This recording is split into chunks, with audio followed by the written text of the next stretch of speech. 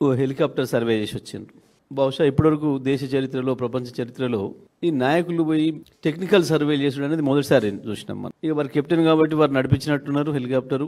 వీరు వాటర్లో నీళ్ళు కలిపే ఇంజనీర్ కాబట్టి వీరి సలహాలు సూచనలు తీసుకొని ఇంకా అంతకు మించిన అదేంది ఎలక్ట్రికల్ సర్వే, ఎలక్ట్రానిక్ సర్వే ముఖ్యమంత్రి గారు కొత్త టెక్నీషియన్ తీసుకొని పోయి సర్వే చేసి వచ్చినాడు. అంతవరకు బాగానే ఉంది కొత్త ఎవరో. కానీ మాట్లాడిన మాటలే చాలా చీప్గా ముఖ్యమంత్రిది మూర్ఖత్వం అనాలన్నా అజ్ఞానం అనాలన్నా అర్థం కాని పద్ధతుల్లో మాట్లాడుతున్నాడు ముఖ్యమంత్రి. ఇంకా అదే కొనసాగింపు, అవే రోత మాటలు. ప్రతిపక్షంగా ఉన్నప్పుడు మాట్లాడితే మాట్లాడవచ్చు, నేను ఒకడు పట్టించుకోలే అయ్యాలా, నేను ఒకడు దేకలే. కర్మగాలి రాష్ట్రానికి ముఖ్యమంత్రి అయితే మనం ఎవడు అనుకోలేదు కాబట్టి నీ మాటలు ఎవడు పట్టించుకోలేదు. కానీ వాళ్ళ ముఖ్యమంత్రి వైనవన్న సోయి లేకుండా 2 ఏళ్ళు అయిపోతుంటే కూడా ఇంకా ఆ స్థాయి పరిపక్వత తెచ్చుకోకుండా అవే అజ్ఞానం మాటలు, అదే మూర్ఖత్వం, అది ఇంకా కొనసాగిస్తూ ఉన్నాడు ముఖ్యమంత్రి. ఒకటంటే ఒకటి జీవితంలో ఒకటి నిజమైన మాట్లాడడానికి అలవాటు పడతాడేమో, నేర్చుకుంటాడేమో, వాస్తవాలు మాట్లాడతాడేమో అనుకున్నాం. ఎస్ఎల్బిసి విషయంలో, కృష్ణా నీళ్ళ విషయంలో తెలంగాణకి ఏమైనా నష్టం జరిగింది, ద్రోహం జరిగింది అని అంటే అది తెలుగుదేశం కాంగ్రెస్ పార్టీలతోనే విషయం దేశానికి అంతా తెలుసు, తెలంగాణ ప్రజలకు తెలుసు, ప్రతి ఒక్కరికి కూడా. కాస్త టెక్నికల్ సబ్జెక్ట్ ఉన్న ఎవరికైనా తెలుసు. నల్గొండ జిల్లా నాశనం చేసింది, ఫ్లోరైడ్తో నడ్డి విరగొట్టింది, ఇది కాంగ్రెస్ పార్టీ అని తెలుసు. కృష్ణ నీళ్ళు అట్లనే పోతూనే ఉన్నాయి, నల్గొండ నాశనం అయిందని తెలుసు.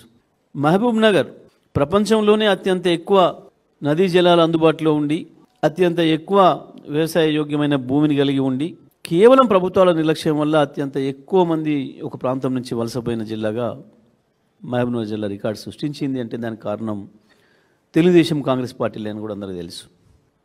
గత సమైక్యాంధ్ర పాలకులు ఒకరిని మించి ఒకడు నేను మహబూబ్ నగర్ దత్తత తీసుకుంటున్నా అని చెప్పి అనేక కోతలు కోసినరు.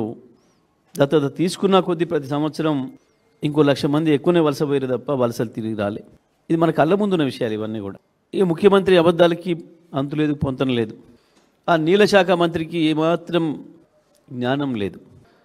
ఎవరైనా ఏదైనా రాసిస్తే చదువుడు తప్ప ఆయనకు ఈత అంటే భయం, ఇరిగేషన్ సబ్జెక్ట్ అంటే భయం.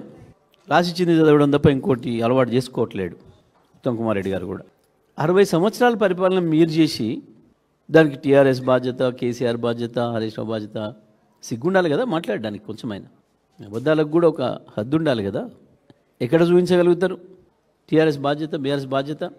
నిన్న మాట్లాడిన మీ మొదటి అబద్ధం కేసీఆర్, హరీష్ రావులు కలిసి సంతకం పెట్టిండ్రు 512, 299 అని మాట్లాడిండ్రు.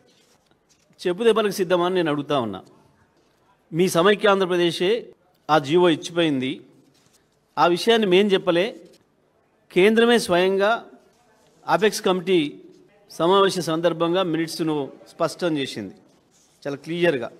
2013లోనే ప్రాజెక్టుల వారీగా నీళ్ళు కేటాయిస్తున్నాం, ఈ రకంగా తెలంగాణ ఆంధ్రప్రదేశ్లో విడిపోతే కూడా ఇబ్బంది లేకుండా అని చెప్తూ మోసం చేస్తూ తెలంగాణను ఆనాటి సమైక్య ఆంధ్రప్రదేశ్లో ప్రాజెక్టుల వారీగా రాసిచ్చింది.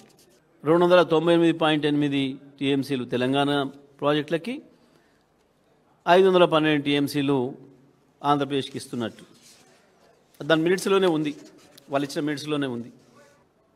ఆ తర్వాత అనేక వేదికల మీద కేసీఆర్ గారు వ్యతిరేకిస్తూ మా వాటా 713 రావాలి, నికర జలాలు మిగిలిన జలాలు మొత్తం కలిపి మా కృష్ణాలో 713 టీఎంసీలు రావాలి అని చెప్పి ప్రతి వేదికలో కొట్లాడి ట్రిబ్యునల్ వేయాలి మాకు ప్రత్యేకంగా. ఆనాడు కేవలం ఆంధ్రప్రదేశ్, మహారాష్ట్ర, కర్ణాటకలే ఉన్నాయి కాబట్టి మాకు నష్టం జరుగుతుంది, ఇవాళ మేము సొంత రాష్ట్రంగా అయినాం కాబట్టి మా వాటా మాకు రావాలి, దానికి కమిషన్ వేయాలి అని చెప్పి కొట్లాడి వేయించింది కేసీఆర్ గారు. ప్రతి వేదికలో మేము వ్యతిరేకించుకుంటూ వచ్చినాం. ఆ ఇచ్చిన 299 టీఎంసీలను వాడే మొక్కలు కాదు మీరు. దానికి కూడా కేఆర్ఎంబి గత సంవత్సరం లెటర్ రాసింది. ఈసారి 1010 టీఎంసీల నీళ్ళు వచ్చినాయి అందుబాటులోకి. ఆంధ్రప్రదేశ్ వాళ్ళ వాటా 630 టీఎంసీలు అయితే ఇంకా ఎక్కువ వాడుకుంది. ఇప్పటికీ 650 పైన వాడుకున్నారు ఆంధ్రప్రదేశ్.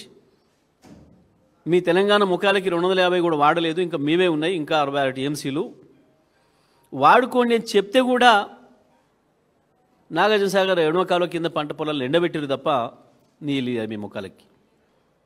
గింత చేతగా దద్దమ్మలు మీరు కేసీఆర్ అన్యాయం చేసిన మాట్లాడతారు.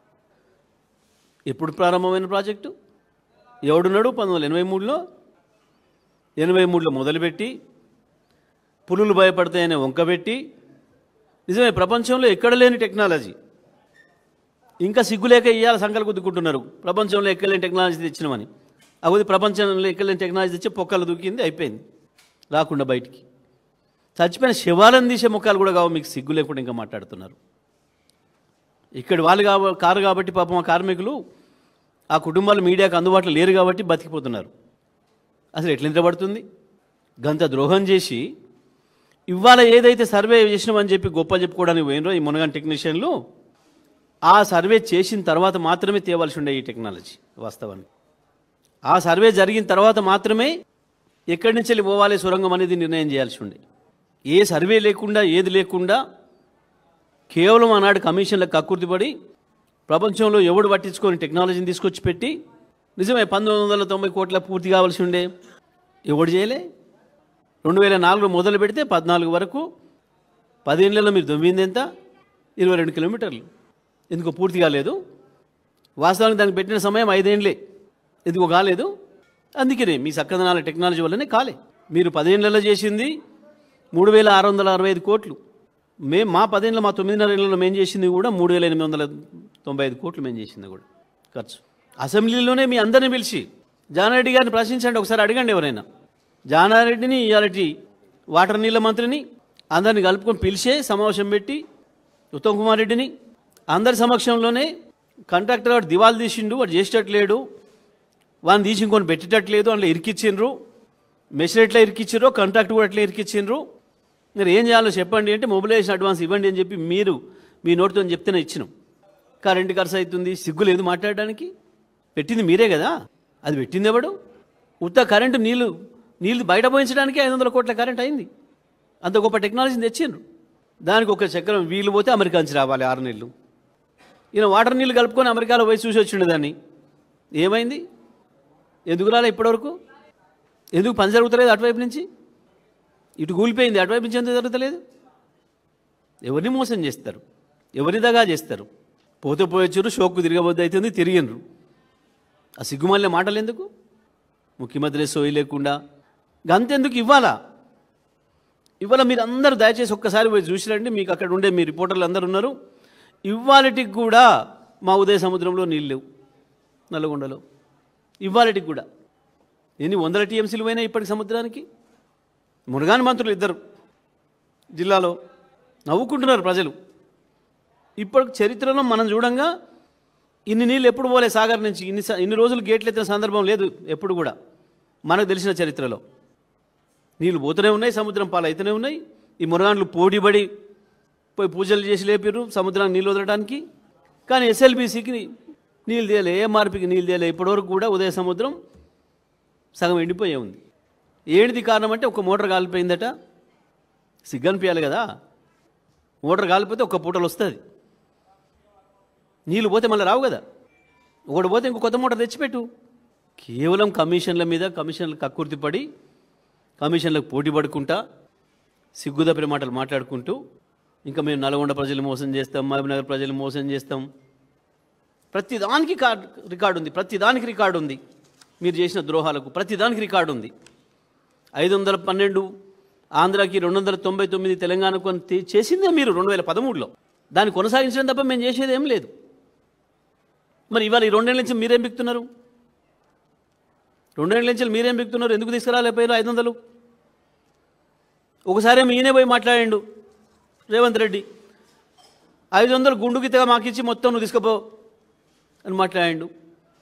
బుద్ధునోడు ఎవడు మాట్లాడాడు ఆ మాటలు? అట్లా చిల్లర మాటలు. నేను అంగట్ల పేరమా?